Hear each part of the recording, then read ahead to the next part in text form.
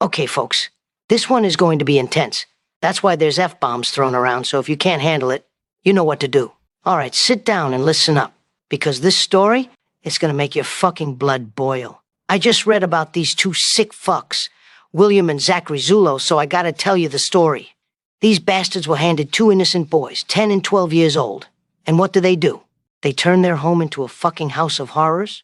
Let's start with the obvious. How the fuck did these guys get approved to adopt? Who was in charge of making that call? Was there no fucking background check? No follow-up? No accountability? They handed these kids over to two fucking predators and the system just shrugged its shoulders?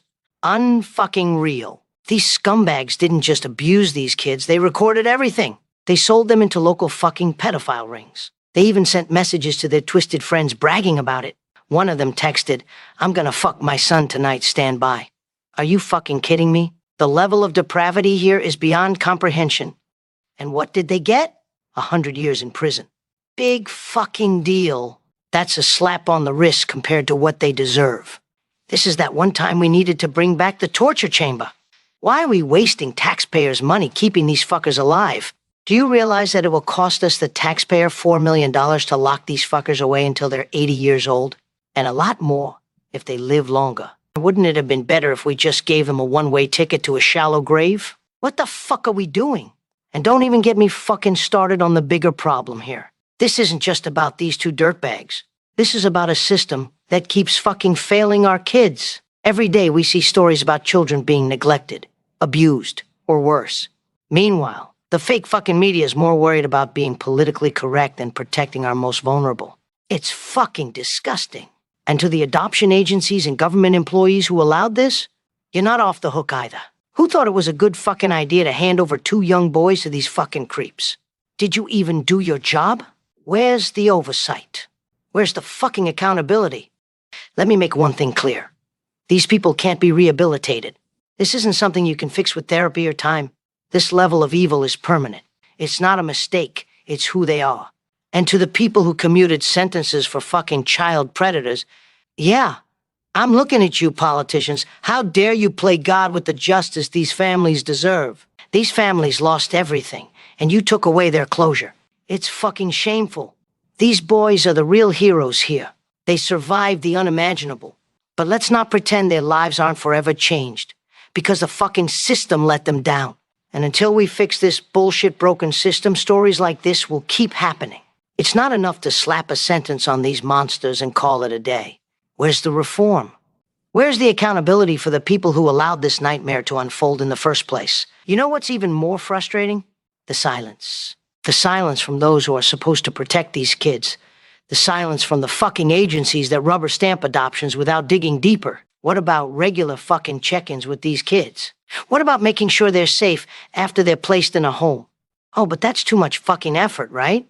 Too much paperwork for the people in charge. Well, let me tell you something. That too much effort just cost two innocent boys their childhood, their innocence, their lives as they knew them. That's not just negligence, that's fucking complicity. And it needs to stop. And here's the thing. This isn't just about this one case. This is about every single kid who's been failed by a fucking system that values appearances over action. It's about making sure no child has to endure what these boys went through. That's the real fucking fight here. So yeah, I'm fucking pissed. And you should be too. Because if we don't start holding people accountable, every single person involved, and nothing fucking changes. These kids deserve better. They deserve justice. And by justice, I don't just mean throwing these two fucking scumbags in prison.